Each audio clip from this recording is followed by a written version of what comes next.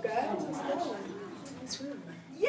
I'm so excited to have you back! I'm excited to be back. I'm so happy. The first time that we had you here was when Lost Boy had just come out. Yes. And we were the first station in the country to play that one. Yes. And you came and did an acoustic version of it for us that was just absolutely smashing. It was such a great song, and it was such a great version.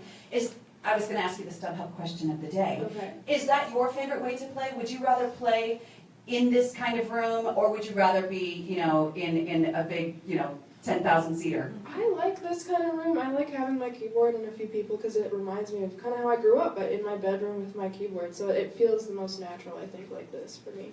That was the Vine story. That was your Vines that you sent out. How many followers did you have on? I mean, R.I.P. Vine, right? R.I.P. Vine. Seriously. Yeah. But how many Vine followers did you have at one point? I think like 2 million. I think it was 2 there. million, yeah. Somewhere, So give or take a many million. followers. Exactly, that's so funny. Crazy.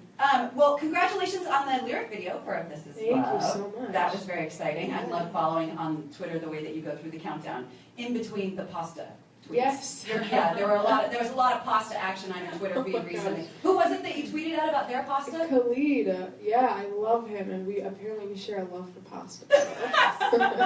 It's very important knowledge that you learned. Yeah. There was a song that you dedicated to pasta, I think. Yeah, probably. Yeah. The last time that you were here, one of the things that we talked about was that we were both at the time like hardcore obsessing on Troye Sivan. Yes. Oh my God. Love him. Yeah. Is there anybody that you're like nowadays obsessing about? I'm probably Khalid. If you got like his music location, he's the best, and he's such a great person too. So I love him.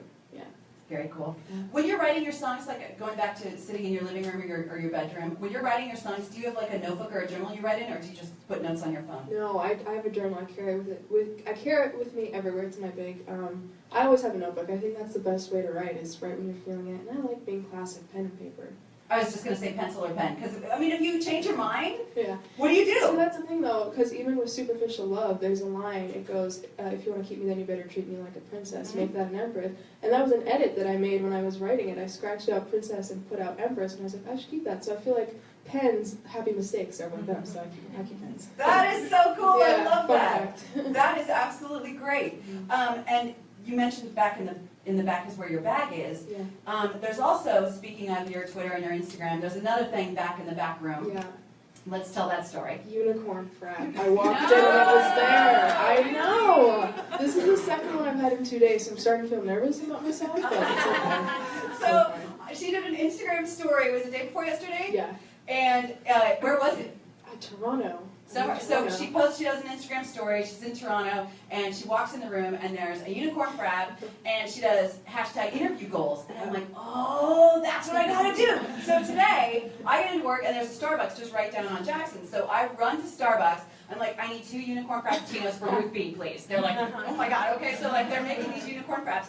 But I wanted to surprise her with them. She did. So I come back up to the office, and I go to Rebecca on promotions, and I'm like, okay, I got these. There's Rebecca. I go, okay, I got these for Ruth B, and I said, go hide them before they get here. And I turn around, and they're here. They're behind us. I'm like, ah!